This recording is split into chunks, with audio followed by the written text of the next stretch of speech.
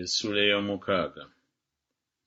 Awo Dawudi n'akuŋŋaanya ate abasajja bonna abalonde aba Isirayiri 3,000. Dawudi n'agolokoka n'agenda n'abantu bonna abaali naye okuva e Baale Yuda okuggyayo ssanduuko ya Katonda okugirinnyisa, eyitibwa erinnya lyennyini, erinnya lya Mukama ow'Eggye atuula ku bakerubi. Ne bateeka ssanduuko ya Katonda ku ggaali empya ne bagiggya mu nnyumba ya Abinadabu eyali ku lusozi.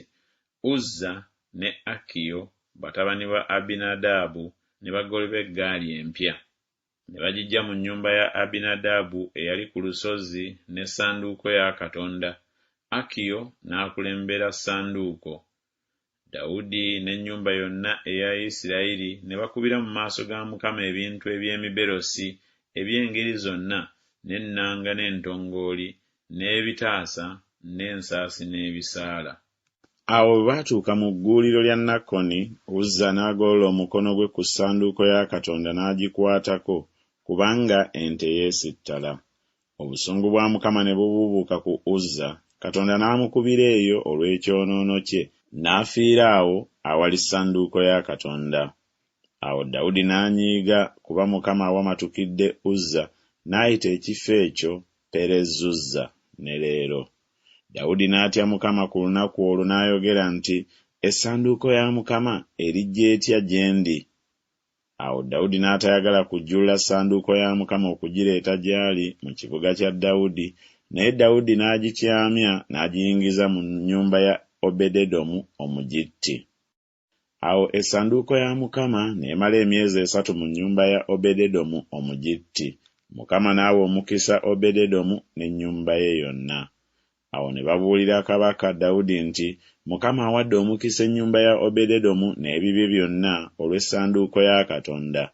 Dawudi n'agenda n'aggya essanduuko ya Katonda mu nnyumba ya Obededomu n'agirinnyisa mu kibuga kya Dawudi ng'asanyuka. Awo olwatuuka abaasitula essanduuko ya Mukama bwe baali batambudde ebigere 6, n'awaayo ente n'ekyassava.